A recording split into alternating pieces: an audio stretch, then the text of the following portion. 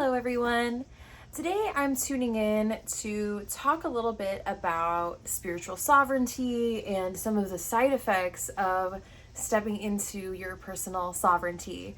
So if you're on, which is like a huge subject to unpack, I'm really just going to give the overview of how I use the archetypes of sovereignty in my practice.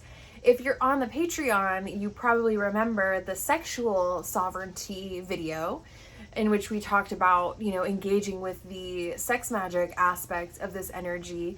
But I thought it would also be really important to dip into kind of the concept of sovereignty as a whole and what it really means to exist within our own sovereignty.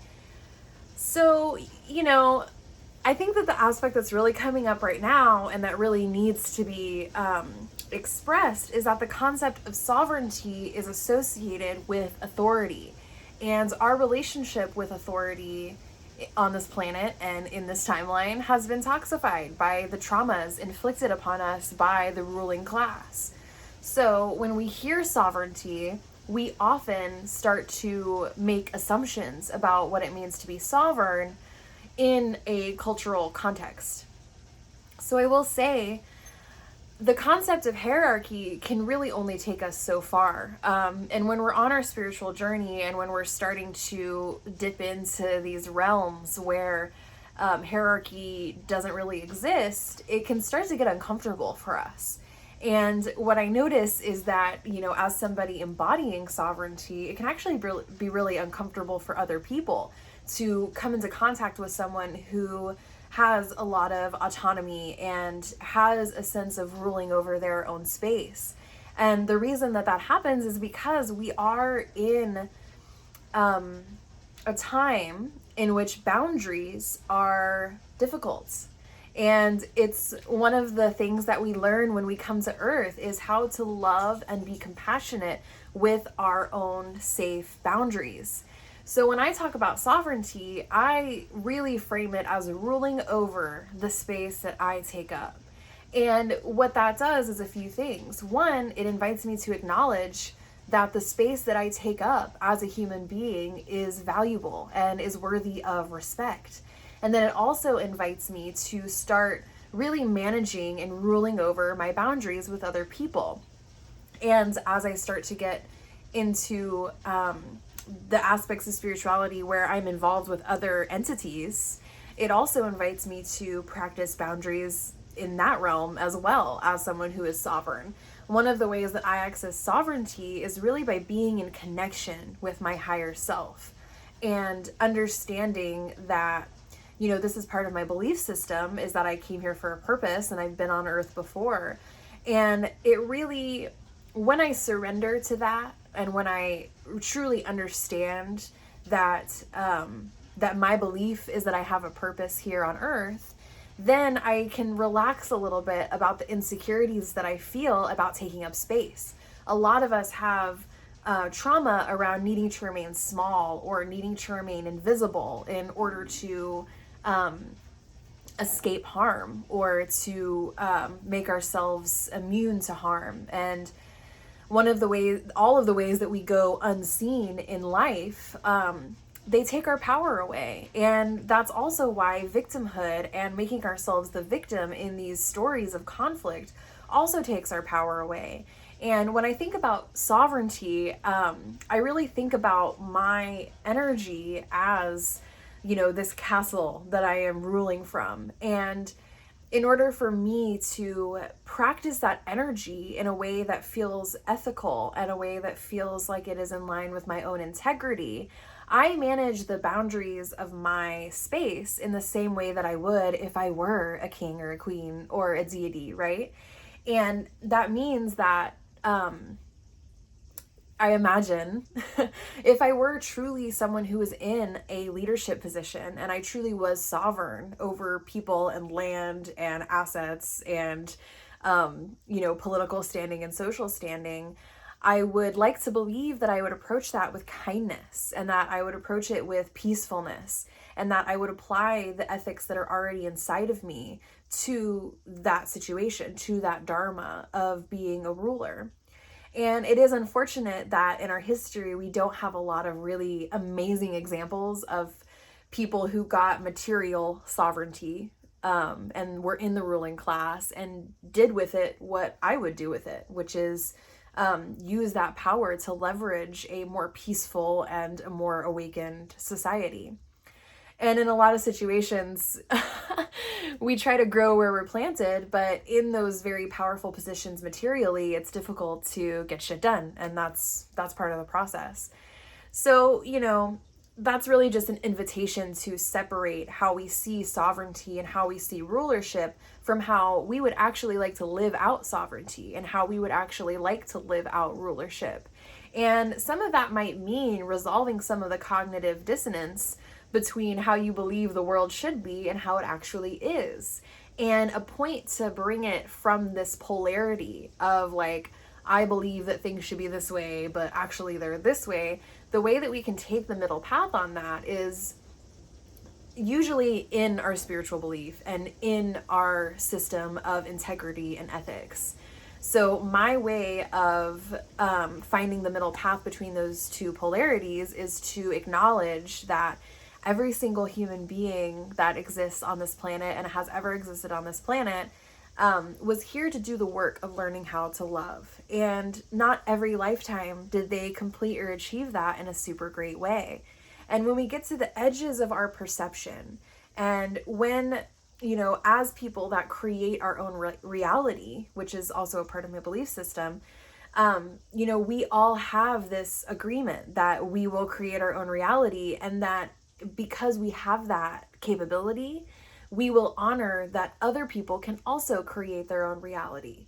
And in order to truly respect that with sovereignty, when our worlds clash and it comes to a point where boundaries need to be made, the compassionate choice that I can make is honoring the fact that their perception and their reality and the lifetime that they're living in is conflicting with mine. And this is some energy that's been coming up in my readings and in my conversation around the Five of Wands, which, I don't often bring up tarot in my videos like this, but the Five of Wands is about this team that is training for battle. And what they do in that card is they invite us to acknowledge that conflict is a part of our ascension. And something that I've really been wrestling with in my experience with sovereignty is, how do I honor someone else's journey and someone else's choices and someone else's dharma, while also respecting my own boundaries and my own story and my own dharma, the choices that I'm here to make. And what conflict does is, in my experience, when I think about coming up to these boundaries and having to really assert myself and advocate for myself and advocate for my energy, so that I'm allowed to take up as much space as I need, and so are they, what it comes down to is managing it with love and finding a way to have compassion in that moment. And generally, that means almost every time being 100% honest about where I am and 100% vulnerable about how I feel, and choosing what information is valuable to share because it will be enlightening and it will help my ascension journey, and what information would harm the other person if I shared it. And what I get to do is make the compassionate choice to not share information that would harm that person. And each time that I do that in reaction to my expansiveness, I invite ascension, which the hierarchy that we imagine, like the hierarchy that exists on Earth, on this planet right now, is very bottom up, right? But really what ascension is about is expanding outward. And as more compassion and more knowledge and more wisdom and more tools are available to us in our expansion, the easier it starts to become to know when someone is bumping up against our boundaries and it's time to flow another way. So those are some ways that I think about sovereignty in relation to boundaries for myself.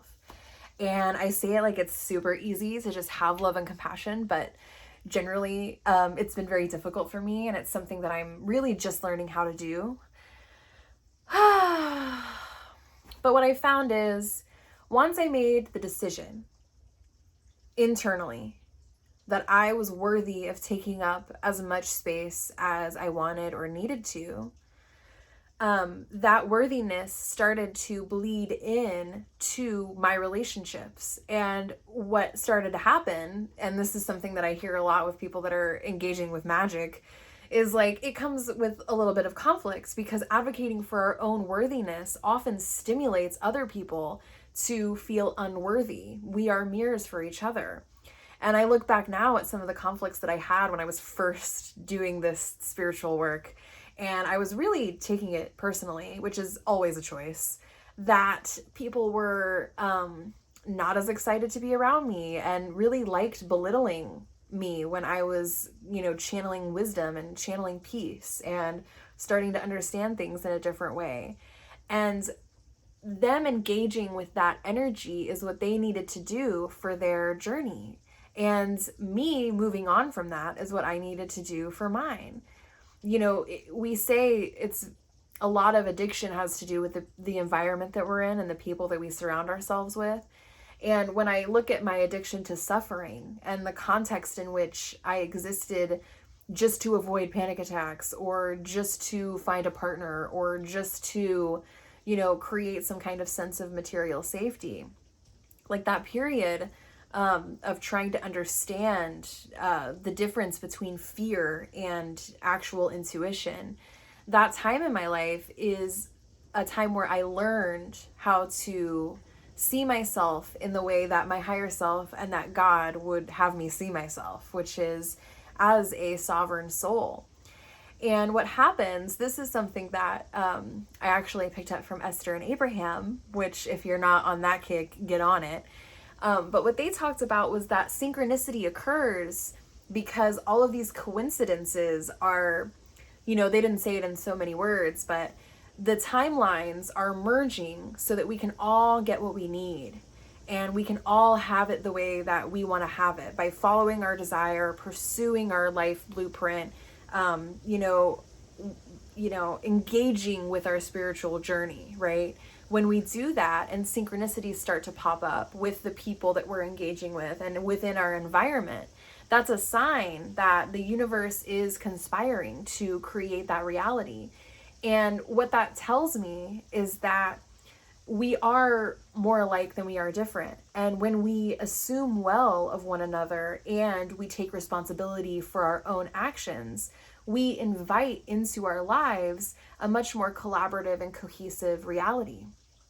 And the thing is, we will come into contact with people that don't want to participate in the reality that we are in, especially in the age of Aquarius now.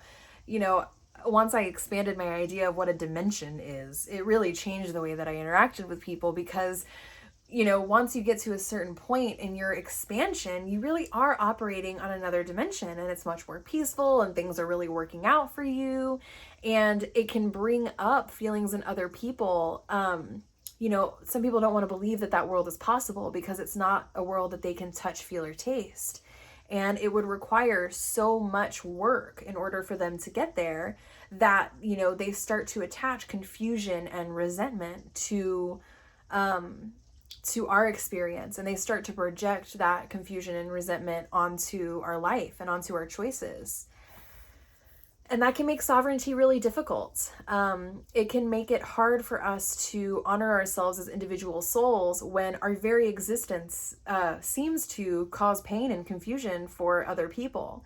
And it's kind of like the fire and the friction, when we leave the atmosphere, or when we enter the atmosphere, like the explosions and the flame and the friction of air on air and that combustion, it creates a lot of conflict. And I guess the thing that a lot of religions try to solve is that maybe someday in heaven we will all meet. But my perception is that heaven can't exist now, and it's really not our job to go and save and fix other people. It is really our job to show up as sovereign until the people that are at the edges of our boundaries can understand what kind of behavior is acceptable in our space and how they're expected to conduct themselves when they're in the presence of my energy, right? Our energy is sacred.